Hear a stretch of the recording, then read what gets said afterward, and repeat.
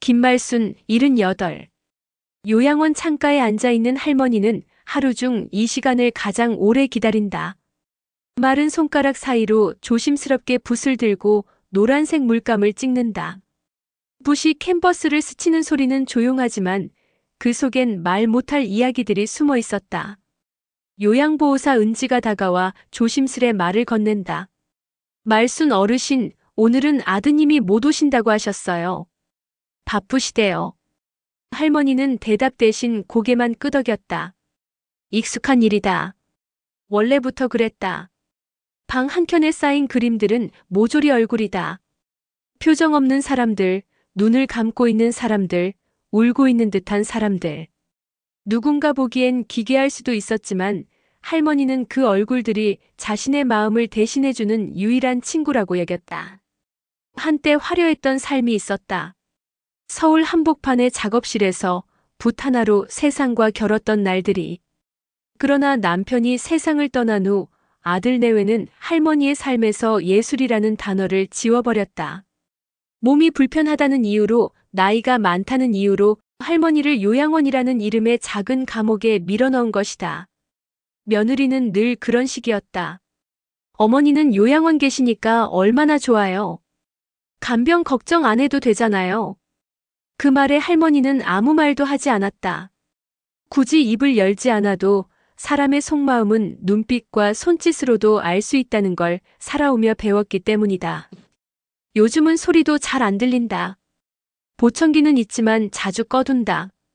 누구의 말도 듣고 싶지 않은 날들이 이어지고 있었다. 세상은 할머니에게서 색을 뺏어갔고 이제는 소리마저 희미해져 가고 있었다. 하지만 그림만큼은 그대로 남았다. 비록 화방도 전시회도 이름도 모두 잃었지만 할머니는 매일같이 붓을 들었다. 감각은 사라지는 대신 붓끝에서 더 선명해지고 있었다. 그날 오후 창밖을 보던 할머니의 눈에 어린아이가 보인다. 보호자를 따라온 꼬마가 할머니의 그림을 보고 눈을 동그랗게 뜬다. 우와, 이 할머니 그림 진짜 잘 그린다. 그 말에 할머니의 눈가가 살짝 떨린다. 그 누구도 오랫동안 할머니에게 그렇게 말한 적이 없었다. 진심으로 순수하게 감탄한 듯한 말투였다. 할머니는 아이를 바라보다가 천천히 고개를 끄덕였다. 눈동자 속에 아주 작게 빛이 스쳤다. 그날 밤 할머니는 자신이 그린 그림 중 하나를 꺼내 요양보호사 은지의 서랍에 조심스레 넣는다. 그리고 마음속으로 생각했다. 이건 아직 살아있다는 증거예요. 은지는 밤마다 할머니의 그림을 다시 꺼내보곤 했다. 거칠지만 섬세한 붓질, 단색 속에 담긴 복잡한 감정, 무엇보다도 눈빛이 살아있는 인물아. 이건 분명 그냥 그림 좋아하는 할머니가 그릴 수준이 아니었다. 궁금증이 가시지 않던 은지는 집에 돌아가 인터넷을 검색해본다. 눈물의 초상, 침묵의 거리, 기밀한 화백 1991년 개인전. 화면 속 오래된 흑백 사진, 서명을 가린 그림들이 어딘가 익숙하다. 은지는 눈을 크게 뜬다. 붓의 결이, 인물의 구도가 할머니의 그림과 똑같았다. 요양원으로 돌아온 은지는 조심스레 말을 건넨다. 혹시 김일환이라는 작가님 알고 계세요? 예전에 유명하셨던. 할머니는 아무 대꾸 없이 창밖만 바라본다. 긴 침묵 끝에 낮게 입을 연다. 그 이름은 버린 이름이에요. 그 말엔 무거운 세월이 담겨 있었다. 은지는 더 묻지 않았다. 다만 그날 이후 할머니의 방에는 미묘한 변화가 생겼다. 할머니는 늘 꺼두었던 보청기를 조심스럽게 켠다. B- 소리가 나며 세상의 소리가 다시 귀로 들어온다. 현관문 여닫는 소리, 환자들이 밥을 먹는 소리, 그리고 간혹 들려오는 웃음소리까지. 모두 낯설지만 익숙한 감각이었다. 할머니는 식사 중에도 소리를 들으려 애쓴다. 손으로 귀 옆을 더듬으며 작은 목소리에도 집중한다. 무언가가 되살아나는 느낌이었다. 그날 저녁 은지는 또 한 번 할머니에게 말을 건넨다. 그림이 너무 감동적이에요. 인터넷에 올려도 될까요? 성함은 안 밝히고요. 할머니는 짧게 대답한다.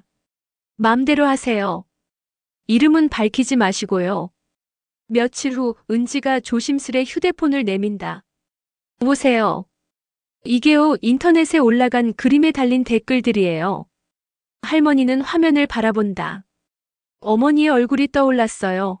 왜인지 울컥하게 만드네요.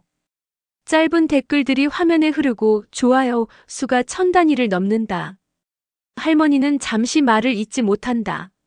세상은 자식들이 할머니를 외면했지만 낯선 누군가가 그림을 보고 눈물을 흘리고 있다는 사실이 가슴 어딘가를 뜨겁게 만든다.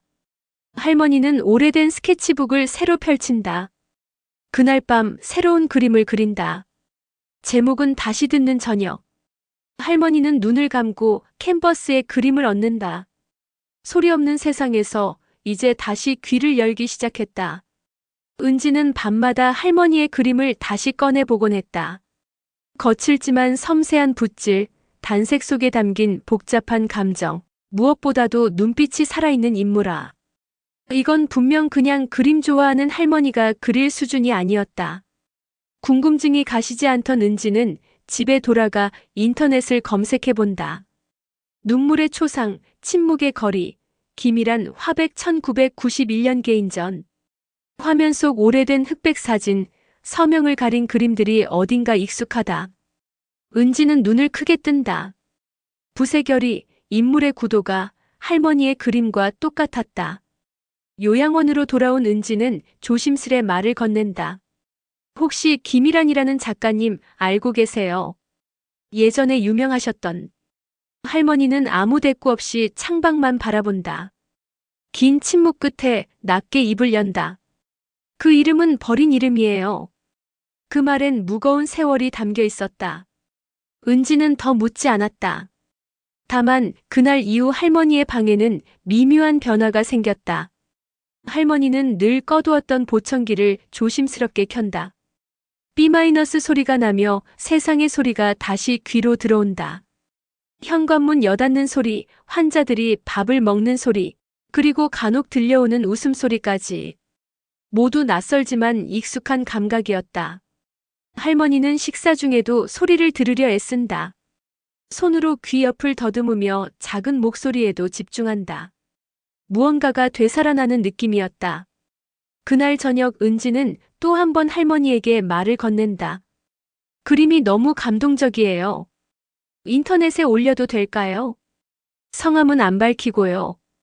할머니는 짧게 대답한다. 맘대로 하세요. 이름은 밝히지 마시고요. 며칠 후 은지가 조심스레 휴대폰을 내민다. 보세요. 이게요, 인터넷에 올라간 그림에 달린 댓글들이에요. 할머니는 화면을 바라본다. 어머니의 얼굴이 떠올랐어요. 왜인지 울컥하게 만드네요. 짧은 댓글들이 화면에 흐르고 좋아요 수가 1000단위를 넘는다. 할머니는 잠시 말을 잇지 못한다. 세상은 자식들이 할머니를 외면했지만 낯선 누군가가 그림을 보고 눈물을 흘리고 있다는 사실이 가슴 어딘가를 뜨겁게 만든다. 할머니는 오래된 스케치북을 새로 펼친다. 그날 밤 새로운 그림을 그린다. 제목은 다시 듣는 저녁. 할머니는 눈을 감고 캔버스에 그림을 얹는다. 소리 없는 세상에서 이제 다시 귀를 열기 시작했다. 은지는 밤마다 할머니의 그림을 다시 꺼내보곤 했다. 거칠지만 섬세한 붓질, 단색 속에 담긴 복잡한 감정, 무엇보다도 눈빛이 살아있는 인물아. 이건 분명 그냥 그림 좋아하는 할머니가 그릴 수준이 아니었다. 궁금증이 가시지 않던 은지는 집에 돌아가 인터넷을 검색해본다. 눈물의 초상, 침묵의 거리, 기밀한 화백 1991년 개인전. 화면 속 오래된 흑백 사진, 서명을 가린 그림들이 어딘가 익숙하다. 은지는 눈을 크게 뜬다. 붓의 결이, 인물의 구도가 할머니의 그림과 똑같았다. 요양원으로 돌아온 은지는 조심스레 말을 건넨다. 혹시 김일환이라는 작가님 알고 계세요? 예전에 유명하셨던. 할머니는 아무 대꾸 없이 창밖만 바라본다. 긴 침묵 끝에 낮게 입을 연다. 그 이름은 버린 이름이에요. 그 말엔 무거운 세월이 담겨 있었다. 은지는 더 묻지 않았다. 다만 그날 이후 할머니의 방에는 미묘한 변화가 생겼다. 할머니는 늘 꺼두었던 보청기를 조심스럽게 켠다. B- 소리가 나며 세상의 소리가 다시 귀로 들어온다. 현관문 여닫는 소리, 환자들이 밥을 먹는 소리, 그리고 간혹 들려오는 웃음소리까지. 모두 낯설지만 익숙한 감각이었다. 할머니는 식사 중에도 소리를 들으려 애쓴다. 손으로 귀 옆을 더듬으며 작은 목소리에도 집중한다. 무언가가 되살아나는 느낌이었다. 그날 저녁 은지는 또 한 번 할머니에게 말을 건넨다. 그림이 너무 감동적이에요. 인터넷에 올려도 될까요? 성함은 안 밝히고요. 할머니는 짧게 대답한다. 맘대로 하세요. 이름은 밝히지 마시고요. 며칠 후 은지가 조심스레 휴대폰을 내민다. 보세요. 이게요, 인터넷에 올라간 그림에 달린 댓글들이에요. 할머니는 화면을 바라본다. 어머니의 얼굴이 떠올랐어요. 왜인지 울컥하게 만드네요. 짧은 댓글들이 화면에 흐르고 좋아요 수가 1000단위를 넘는다. 할머니는 잠시 말을 잇지 못한다. 세상은 자식들이 할머니를 외면했지만 낯선 누군가가 그림을 보고 눈물을 흘리고 있다는 사실이 가슴 어딘가를 뜨겁게 만든다. 할머니는 오래된 스케치북을 새로 펼친다. 그날 밤 새로운 그림을 그린다. 제목은 다시 듣는 저녁. 할머니는 눈을 감고 캔버스에 그림을 얹는다. 소리 없는 세상에서 이제 다시 귀를 열기 시작했다. 요양원 식당. 점심시간이 한창일 때 할머니는 보청기 소리를 조금 더 키운다. 바깥쪽 자리에서 며느리와 손주의 목소리가 작게 들려온다. 멀리서도 익숙한 말투였다. 이모한테는 엄마 그림 그린다는 얘기도 못하겠어요. 창피하잖아요. SNS에 올라간 그림 봤냐고 묻던데 딱 봐도 누가 올린 건지 뻔하죠. 요즘 어르신들도 자기 표현하고 싶어 하신다잖아요. 그런다고 재산이 나오는 것도 아닌데 뭐하러 애쓰셔. 말소리는 낮았지만 단어는 또렷했다. 할머니는 숟가락을 쥔 손에 힘을 살짝 준다. 아무렇지 않은 척 밥을 한술 뜨지만 손등의 핏줄이 유난히 도드라진다. 그림을 그려도 말을 해도 그저 짐이 된다고 생각하는 자식들의 생각. 할머니는 그것을 모르는 척 해왔지만 이제는 귀로 들리고 있었다. 다른 한쪽에서는 보호자들이 은근히 수군거린다. 그 그림 그 할머니가 직접 그린 거 맞대요? 설마 작가였대요? 진짜요? 나 몰랐어요. 그냥 조용히 지내시는 줄 알았는데. 그 말에 할머니는 입술을 다문다. 아무 말도 하지 않았는데 그림만으로 세상은 할머니를 다시 보기 시작했다. 밤이 되면 할머니는 벽을 마주한 채 그림을 그린다. 그림 속 인물들의 눈빛은 점점 선명해지고 붓끝은 주저함이 줄어든다. 할머니는 이제 알게 되었다. 자신을 오래도록 조용히 감추게 만든 건 세상이 아니라 바로 가족의 시선이었다는 것을. 다음 날 은지는 조심스럽게 말을 건넨다. 어르신, 댓글이 더 늘었어요. 어떤 분은 그림 보고 울었다고 하셨어요. 할머니는 작은 미소를 짓는다. 그림을 보며 울 수 있다면 그건 살아있다는 뜻이에요. 이제 할머니는 더 이상 그림을 숨기지 않기로 결심한다. 대신 자신의 이름은 끝까지 숨기기로 한다. 이 그림은 기밀안이 아니라 지금 이곳에서 살아가는 무명의 노인으로서 그리는 것이기 때문이다. 보청기를 켜는 손놀림이 전보다 익숙해졌다.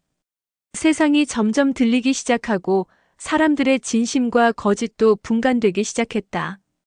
이제 할머니는 눈을 감고서도 귀로 세상의 진심을 듣기 시작했다. 요양원 복도 한편 낯선 여성이 안내를 받아 들어선다. 흰 블라우스에 회색 머플러를 두른 중년 여성이 할머니 방 앞에 조용히 선다. 눈을 크게 뜨고 방 안을 살피는 눈빛이 예사롭지 않았다. 그 여성이 조심스레 입을 뗀다. 혹시 김말수님 맞으신가요? 할머니는 손에 쥐고 있던 연필을 잠시 멈춘다. 익숙한 목소리, 낮지만 단단한 울림. 50년 가까이 잊고 살았던 이름이 입 밖으로 나왔다. 윤정이 너구나. 고윤정. 젊은 시절 미술학원에서 함께 그림을 배웠던 동기이자 젊음을 공유한 유일한 친구였다. 할머니가 유명 화가로 떠오르던 시절 윤정은 조용히 미술 치료의 길을 걸었다. 지금은 전국을 돌며 치매 환자와 노인을 위한 미술 상담을 진행하고 있는 사람이다. 은지를 통해 인터넷에 떠도는 그림을 보고 한눈에 알아봤어요. 이건 말순 언니 그림이구나. 틀림없다 싶었죠. 할머니는 윤정의 손을 붙잡고 말없이 웃는다. 그 미소 안에는 반가움, 놀라움, 그리고 묵혀왔던 외로움이 함께 섞여 있었다. 요즘엔 그저 그리는 것밖에 없어요. 이름도 버렸고 전시도 끝났고 가족도 나를 모른 척해요. 그래도 그리는 건 그만둘 수가 없네요. 윤정은 고개를 끄덕이며 말한다. 그림을 그리는 사람은 멈출 수 없어요. 그게 슬픔이든 분노든 다 물감 속에 남겨야 사라지는 거니까요. 그날 저녁 은지와 윤정, 두 사람은 요양원 식당에서 머리를 맞댄다. 은지는 말한다. 말순 어르신 전시 한번 여셨으면 좋겠어요. 이런 그림 그냥 묻히면 너무 아까워요. 요양원 로비라도 좋으니까요. 윤정이 웃으며 덧붙인다. 내가 도울게. 요즘은 지역 미술 치료 프로그램도 많고 공공 갤러리도 열려 있어요. 할머니는 처음엔 고개를 저었지만 다음날 작은 노트에 글씨를 적어 건넨다. 조건이 있어요. 내 이름은 내지 말아주세요. 나는 지금 무명으로 살아가고 싶어요. 그렇게 작은 전시회가 준비되기 시작했다. 할머니의 방 앞 벽면, 복도, 식당 옆 창가에 하나둘 그림들이 걸리기 시작한다. 은지는 간단한 제목을 붙이고 윤정은 보조 캡션을 작성했다. 작가명은 무명. 단 3글자가 전부였다. 첫날 입소자 한 명이 조용히 그림 앞에 서서 울었다. 그날 밤 할머니는 그 모습을 멀찍이서 바라보며 중얼거렸다. 그림이 사람한테 말을 건네는구나. 나는 한마디도 하지 않았는데 들리는구나. 이제 할머니는 혼자가 아니었다. 예전의 친구가, 지금의 보호자가 조용히 등 뒤에 서 있었다. 그리고 그 등 뒤엔 그림을 통해 마음을 열기 시작한 세상이 조금씩 따라오고 있었다. 전시가 시작되고 요양원은 이전과 조금 달라졌다. 복도에 걸린 그림 앞에 멈춰 서는 사람들이 생겼고 입소자 중 몇몇은 그림을 따라 그리고 싶다며 연필을 잡기 시작했다. 하지만 그 변화의 중심에 있는 할머니는 여전히 조용했다. 붓을 잡은 손은 흔들림이 없었고 말 대신 눈빛으로만 대화를 이어갔다. SNS에서는 요양원 무명 화가라는 이름으로 퍼져나가고 있었다.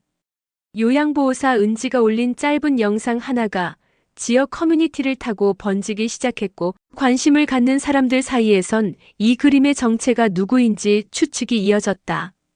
그 무렵 할머니는 변화가 생긴 것을 직감했다.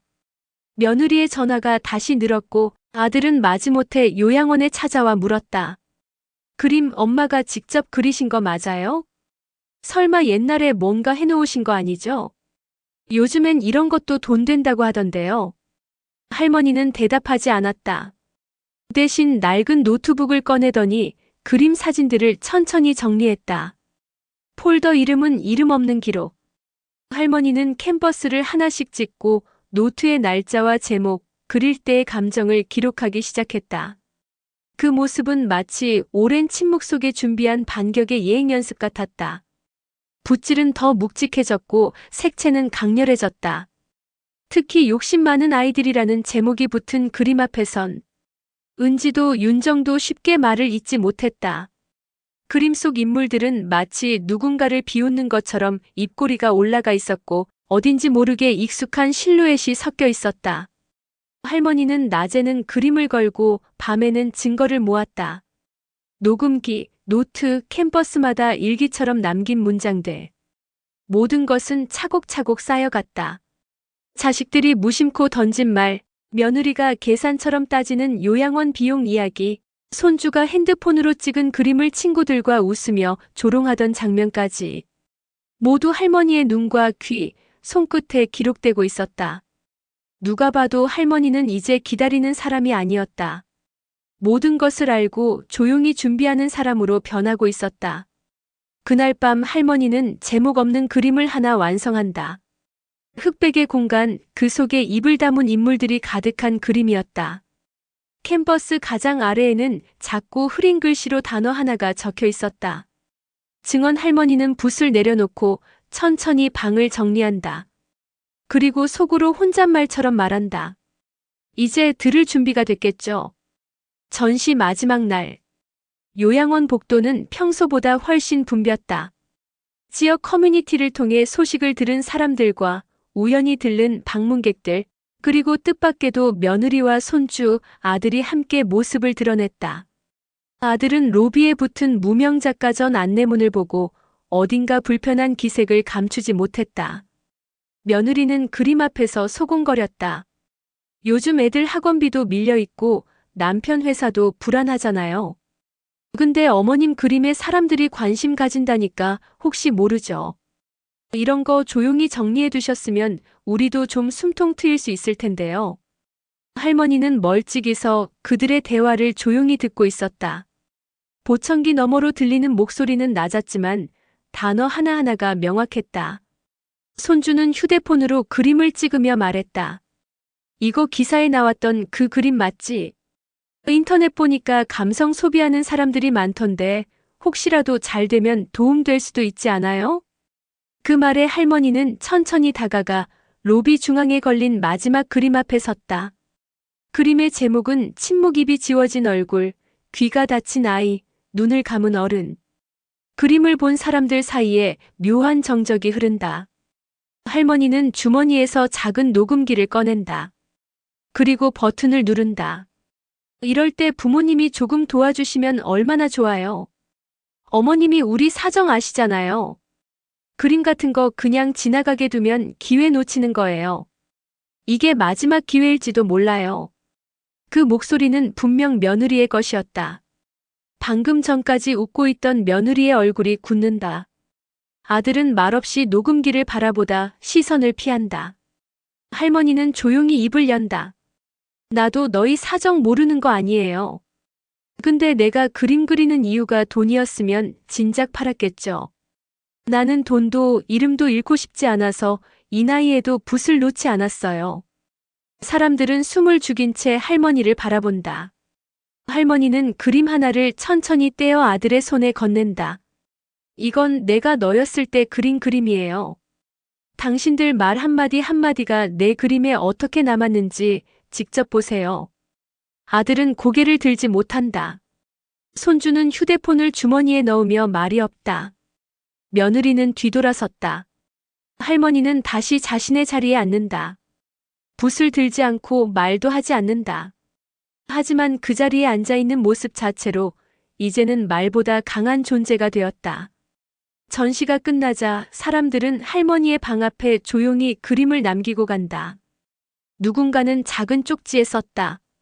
이 침묵이 가장 큰 이야기였습니다. 며칠이 지났다. 전시는 끝났고 복도는 다시 고요해졌다. 하지만 복도 한편 이름 없는 그림들 앞에는 여전히 사람들이 조용히 멈춰 선다. 한 번 지나쳤던 간병인도 아무 말 없던 입소자도 이제는 할머니에게 그림 잘 봤다는 말을 건넨다. 요양보호사 은지는 할머니가 벽에 붙여둔 쪽지를 가리킨다. 보여주는 것도 용기입니다. 그러니 이제 나는 말하지 않아도 됩니다. 아들은 여전히 전화를 걸어온다. 그림은 계속 그리시죠? 혹시 저번에 드린 제안 생각해 보셨어요? 아무래도 요즘 물가도 오르고 저희도 회사에서 퇴직 권고가 있어서요. 이젠 가족끼리라도 서로 도와야죠. 엄마도 우리 도와주셔야죠. 며느리는 직접 요양원에 찾아와 작은 봉투를 내민다. 이건 어머님 계좌번호고요. 혹시 그림 파실 일 생기면 여기로 입금되게 해주시면 돼요. 절차는 제가 다 알아서 할게요. 사실 그동안 저희가 무심했던 것도 인정해요. 근데 요즘엔 누구나 살아남기 힘들잖아요. 할머니는 아무 말 없이 봉투를 받는다. 천천히 한 번 접고 또 접은 뒤 자신의 스케치북 맨 앞장에 풀로 붙인다. 그 옆에는 그림 하나가 그려져 있다. 세 손 한 주머니. 세 사람의 손이 하나의 돈주머니를 붙잡고 있는 형상이었다. 그날 밤 할머니는 캔버스를 치우고 예전 전시회 때 쓰던 붓을 꺼낸다. 그리고 새 그림을 하나 완성한다. 제목은 단절. 아무런 설명도 없다. 단지 가족이라는 이름 아래 욕심과 외면과 침묵이 섞여 있는 장면이었다. 며칠 후 지역문화센터에서 연락이 왔다. 요양원 전시를 보고 감명받은 큐레이터가 고령 창작자 기획전에 할머니 작품을 정식 초청하고 싶다는 제안이었다. 전시 조건은 단 하나, 작가 본인의 이름을 걸 것. 할머니는 잠시 고민하다 윤정에게 긴 말.